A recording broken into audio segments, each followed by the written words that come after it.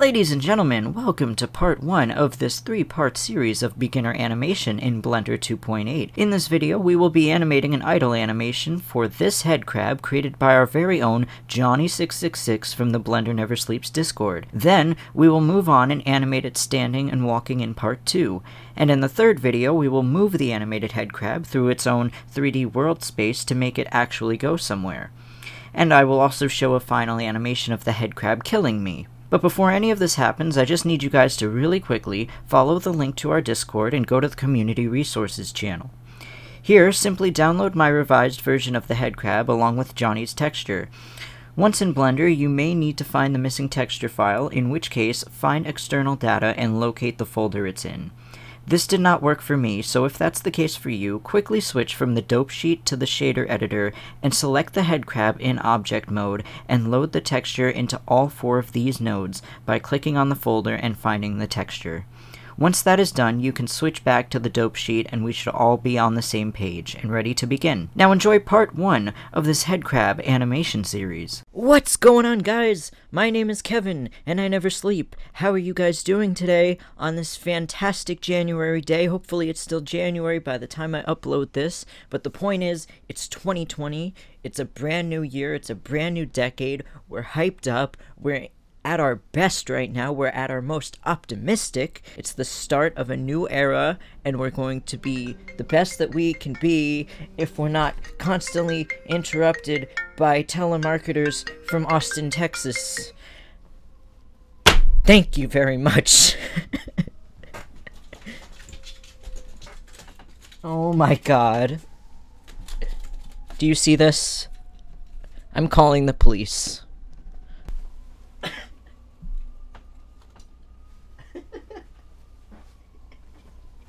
What are you doing? Oh, she's off to do it again, I'm sure. I don't have the swimming pool in my room anymore. They actually did pop it, sadly, but I got another one, and it looks even more complicated to blow up, but I'll get around to it. Okay, so when you open the blend file that we're working on, it's called Crap with Fangs Rig. This is something that I've been wanting to do for a while, collabing with friends on Discord, and today we are collabing with Johnny666 from Discord. I'll link his Instagram and YouTube and other links in the description below. He did a fantastic job on this head crab, in my personal opinion. I think he's great at texturing. I think texturing is his strong point for sure, and he is getting better at box modeling. His topology is also pretty great. Let me get it so you can see it. You can see, let me just hide the rig. H. You can see that he did a pretty neat job on this head crab from Half-Life 2. Yeah, and he very well UV unwrapped it too, and it looks like a very high quality texturing job that he did, and I don't have anything negative or really constructive criticism to say about it. I think it's great. Johnny is actually pretty new to Blender, so this is like super impressive. Good on you, Johnny666, good on you.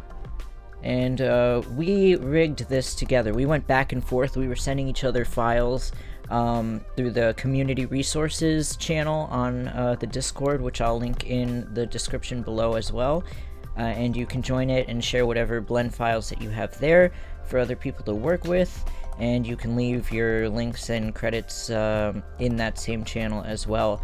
We worked back and forth to complete the rig. Let me just unhide the rig. Alt-H, right? Okay.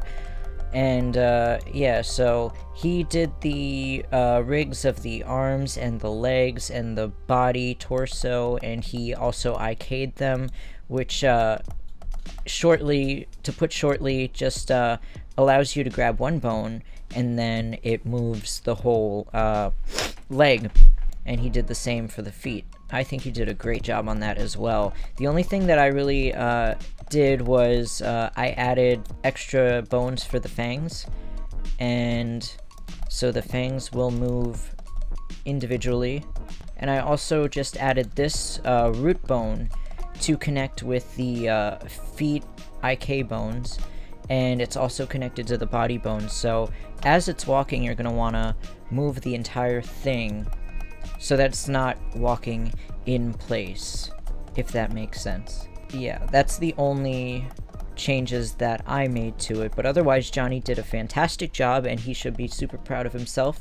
This is an amazing head crab. So first of all, real quick, when you first open the blend file, this is pretty much what you should see, I believe. And to hide and unhide all of the tools, all of the bones and stuff, this is just rendered view. We are in the Eevee render view, which is right here. And to unhide everything and go back from rendered view so that we can actually see what tools we're working with, like the rig here, we would just click these two circles, right? Okay, so we're in pose mode now. So you should have the dope sheet on your left side and the timeline on the bottom. What we're first going to do is just go to keying, and we're going to make an active keying set. So we're going to click down here. We're going to go to location rotation. Those are the two settings that we are going to be using for keyframes. So every time we hover over the 3D viewport, and if we were to hit I, it would add a keyframe into the dope sheet here. But we always have to make sure that we are hovering our mouse over before we hit I on the keyboard, because when the cursor, remember, is over different windows in Blender, shortcuts mean different things. So it might say all channels here, so you don't want to do that, hit I in one of these windows. You're going to want to hit I in the 3D viewport as you're animating. So first things first. We are going to want to select all of the bones just to make a first initial pose. This is our first initial pose here. We are on frame 1. We can hit A to select all the bones, and they should all be in blue. This is in pose mode, by the way. If you're not getting this, if you're in object mode and it's yellow or orange, or you're in edit mode, go to pose mode and they should be blue. Alright, so you hit A, and then you hover over, hit I, and all of a sudden you have all of these keyframes set for the bones, for your animation. This is your first animation pose, and it has all of the bones listed here. And if you're ever confused about what the bones are named, you can click on them and it'll highlight in white. So apparently Johnny has this leg bone, very appropriately named shit, so shit.l, so that is the shit bone. I love it. Fang, these are the fangs. Fang mid, if that makes sense, this is the middle fang.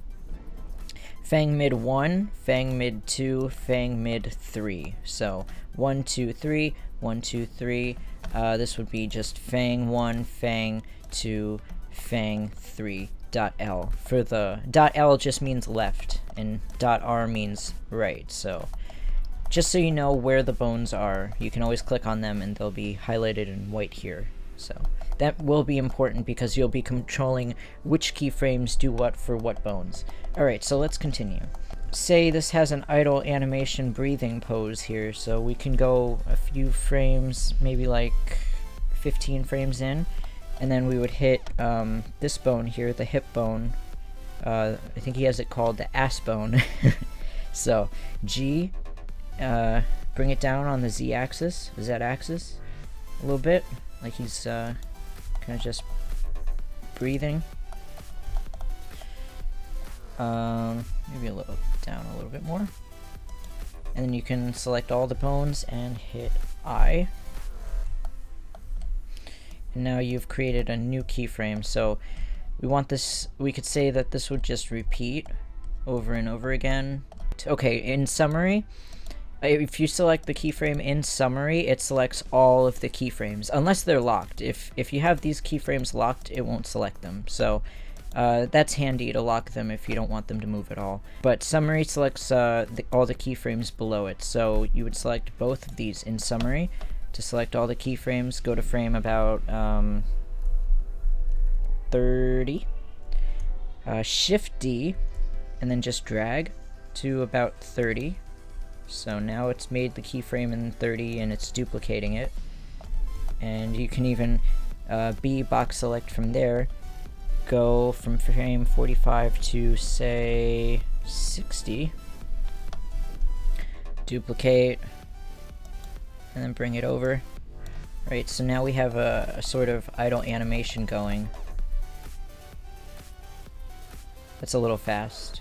Also, if it's too fast, but it's evenly spaced, you can go to the first keyframe, box select all of the keyframes, and then scale it. Hit S and then just drag the mouse a bit, and you can scale the keyframes in time, which I think is really cool.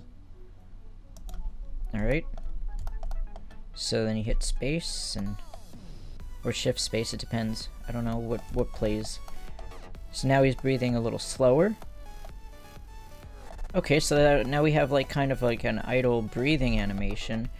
And what we can do now, if we want to make it a little creepier, we can have his fangs moving, like as he's breathing, right? Right now we're just going to focus on the fangs. So we have all these fangs over here. So what we can do is delete Alt-A to deselect everything. Box select up to the second keyframe, because we don't want to delete the first keyframe. That'll delete those bones on the list that we have in the dope sheet, I believe. So don't delete all the keyframes, just delete up to fang1.l. I think that's where all the fangs are. So, oops. Okay, so with all those selected, up to the second keyframe, not the first one, you just hit X, delete keyframes. Alright, so now we can work with the teeth individually as we already have our breathing animation. Okay. So, let's assume that we're happy with how slow it's going. Maybe we are, maybe we are not. It depends on you, how much you scaled it. But this is going pretty slow. I think a more accurate representation of the animation would be in solid mode, so might play a little faster there. That's like a more accurate speed, I believe. Okay. Anyway, so let's get these teeth moving. Alright, so I'm not moving to any specific keyframe, you don't really have to. Depends on the speed that you want. So maybe we want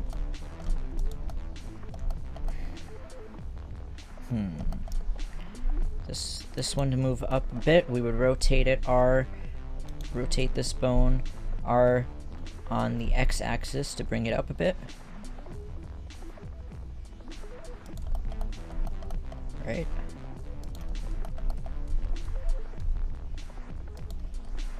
Oops. RX. Alright, and then hit I. So now we've made a keyframe there. Bring it down. Move over a keyframe, bring it down.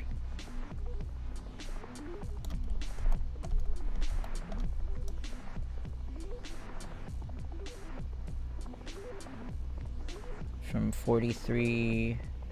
40... It says which keyframe you're on here at 45. So 45 would be a keyframe. That's where we have our keyframe there.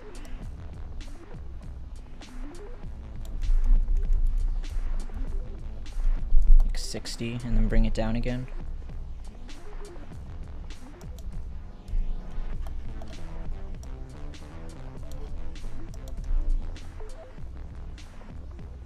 That's too fast.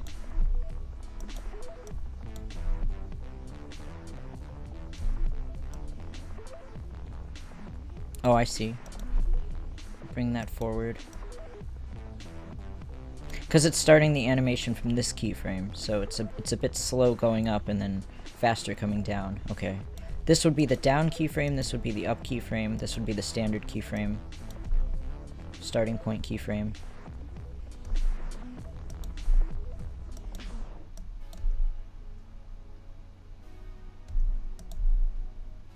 Alright.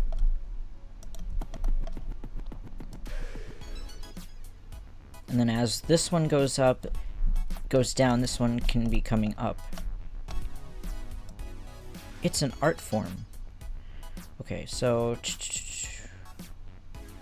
And then this one comes up around this point, so... R, X... I... Right? You can also play with these keyframes in something called the curve editor, but I'm not sure how that works exactly. I've always just individually played with the keyframes. So maybe I just like to make life harder for myself, but I never really understood the curve editor too much. So, but that's another way. If you want to learn how to use the curve editor, there are some brilliant tutorials out there, I'm sure. RX to bring that down again.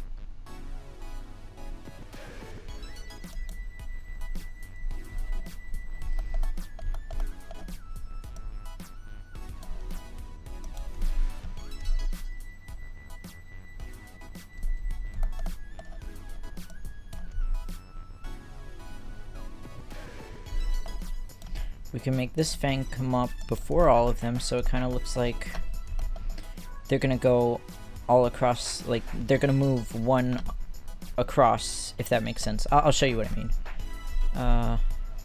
Alright, so bring this one up.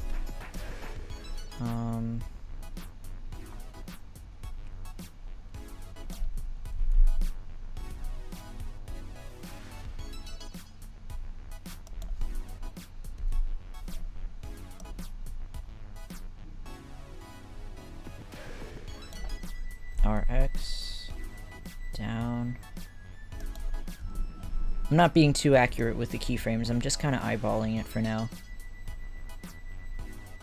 Because you can always adjust. And this is going so slow anyway. This animation is going so slow. I want this one, this particular fang. Fang mind?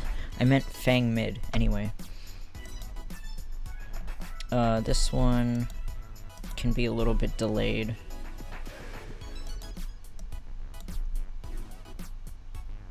Okay, now this one can be a little bit delayed.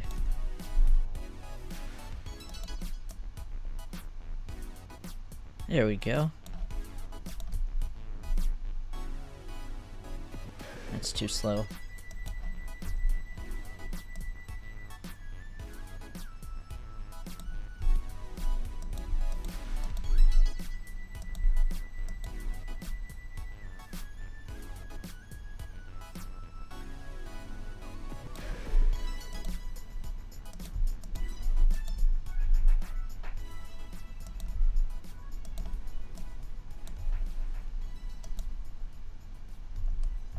Right?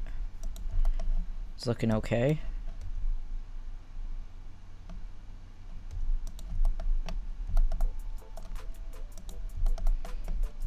Alright, and now this one can follow suit.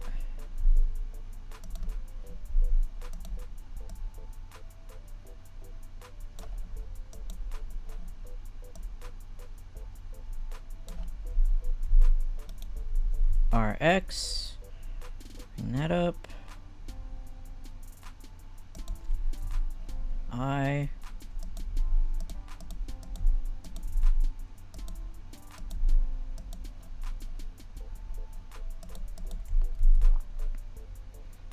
just shift D'd that first keyframe. Right.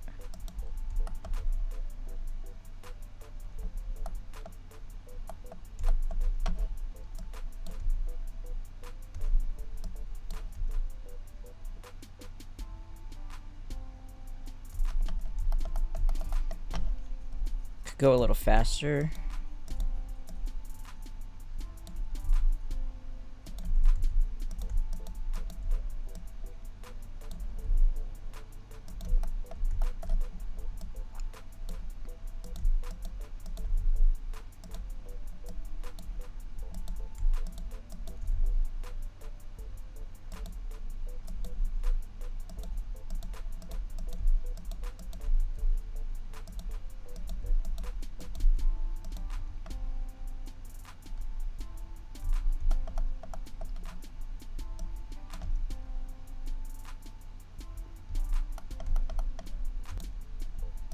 Again, you can just keep adjusting the keyframes as you want them, shifting them, bringing them in for faster animation, box selecting the ones that you see could be quicker, and it's all your own preference. What works better for you, what looks creepier or eerier.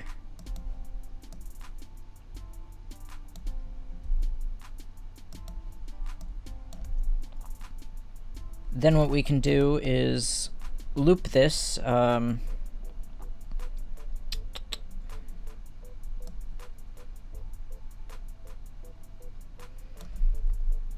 Selecting these, and some of these, and some of these. Looping them every now and again.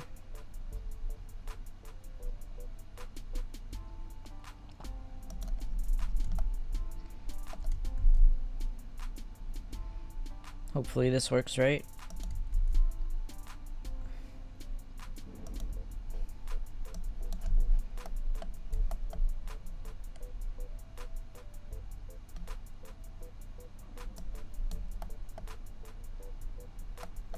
It's looping pretty nicely. Ladies and gentlemen, this will conclude part 1 of our HEADCRAB animation series. So please stay tuned for part 2, where we will be making the HEADCRAB stand up and begin its walk cycle. So I will see you there.